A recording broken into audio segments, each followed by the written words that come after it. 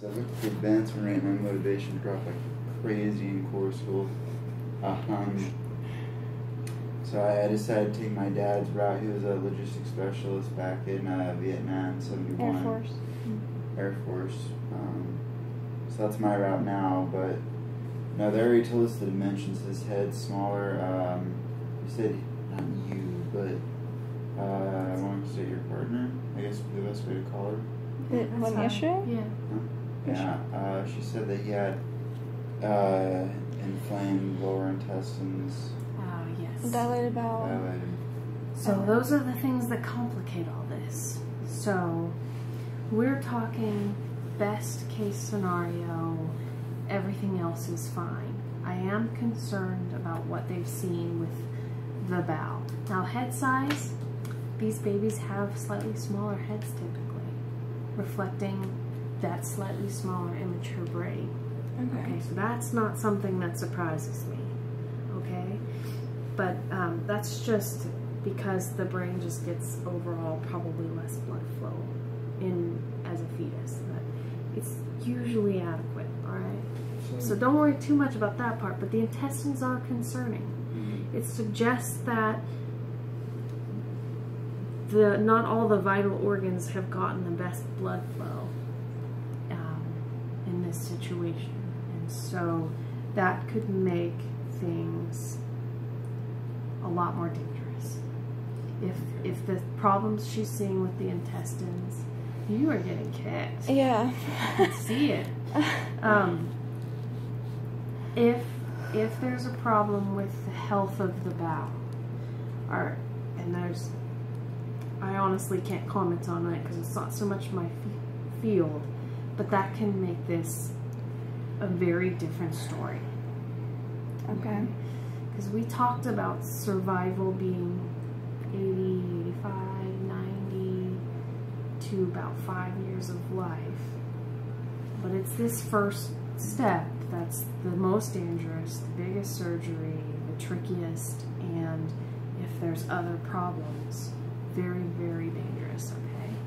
Well, you know, it's always, plus so to my understanding, you're taking something, like let's just say the gaps of your fingers, and you're expanding it, and it's not when it's not supposed to be expanded, but you're doing it for the life of the child, right?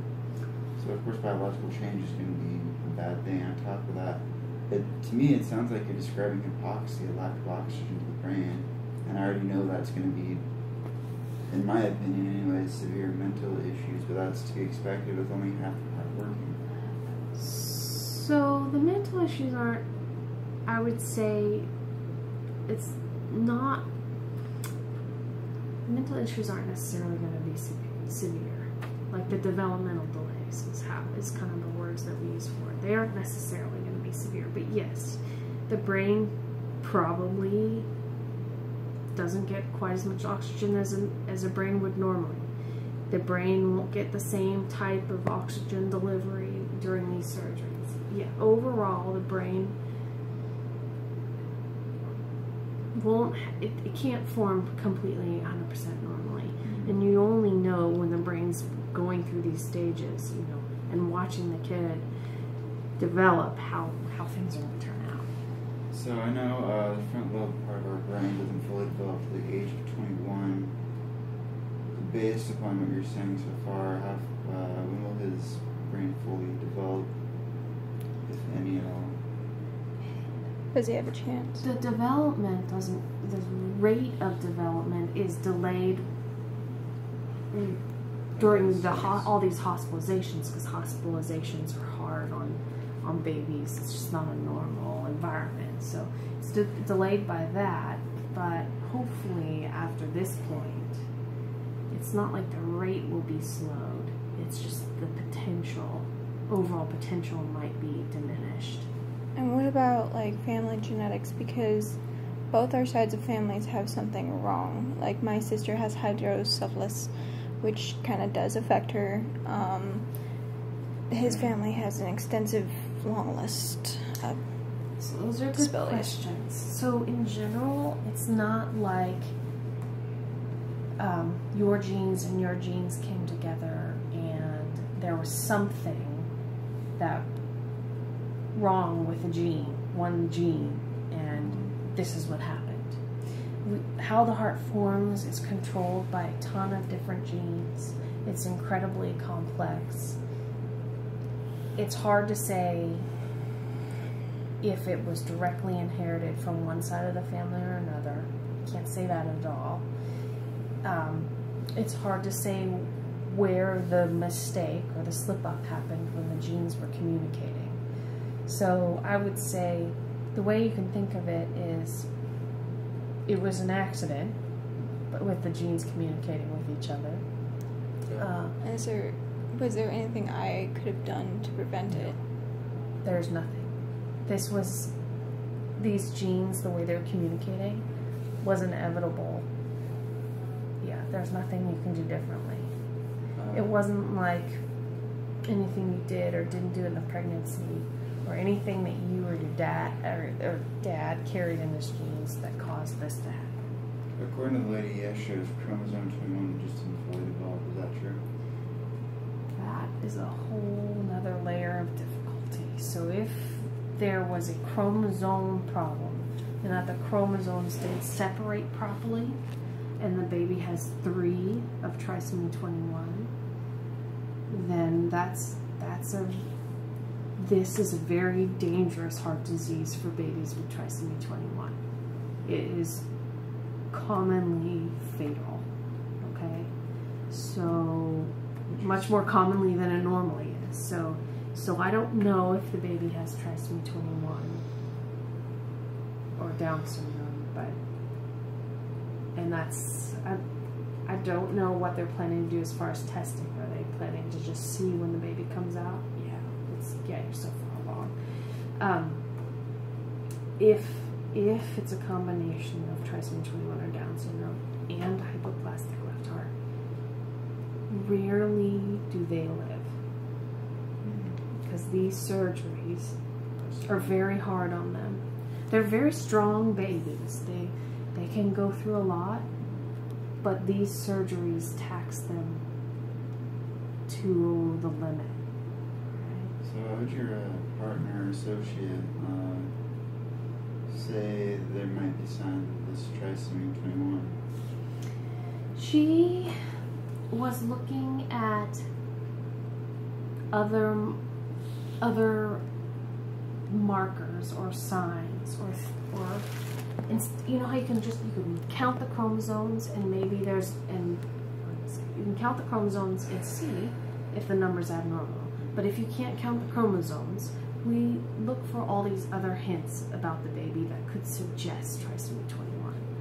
So one of those that I know they saw very early on was just a slightly thick amount of skin around the neck. That can be associated with trisomy 21. Problems with gut, the gut just in general, the dilation that they saw, that can also go with trisomy 21. Okay. I would say that this type of heart disease plus trisomy 21 is extremely rare. So it's very, very rarely do we see this in a baby with trisomy 21. Now they get all sorts of other kinds of heart disease, but it's not usually this one. Okay, so seeing this doesn't make me think that it's more likely for your baby to have trisomy 21. I don't think that if I look at a heart and I see a certain type of heart disease, some make me think, oh, this baby probably has trisomy 21, and some don't make me think that. This is not particularly associated with trisomy 21. It is not something I screen those babies for. I screen them for other types of heart disease. So by knowing that the baby has this, I haven't increased the chances that your baby has trisomy 21. Right? And like we said, we're going to have to look after birth. So the people at this St. Jude's, I guess, hospital, are they gonna? And I kind of want to know, because I want to get that started sooner or later. Is there anything my wife and I can do? Can we drive up there today and say hi or something? Yeah, so for like hospital tours and meeting with the doctors and kind of getting their perspective on everything and making sure they do studies like that, Unfortunately, it's not something that happens same day unless it's an emergency, and you do not want this baby to be born in an emergency. You want to have some control over it. It's just like, babies come when babies want. Yeah. So when your baby comes is when your baby comes, but we like to make it very planned, very controlled if we can. Are they gonna do like a C-section to try to plan it? That might not be necessary, actually. Have you had vaginal births before? My first 2 were vaginal, yes. Okay. Have you had a C-section before? Last June. Well, they'll probably do a C-section again then, because that's probably safest for the both of you. Okay. Yeah. Well, the issue with the last one is my daughter just had a cord wrapped around her neck, and that was. And she was breached.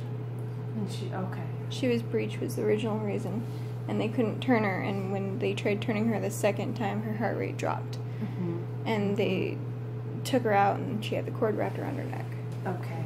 So they were rescuing her from that situation. Okay. Okay. Well, yeah. So, repeat C-section is going to be best for both of you, and so they'll take care of planning that for you. Okay. At Sharp Mary Birch, and I wrote the name of the hospital, and the name of Rady's, and the name of the 2 surgeons.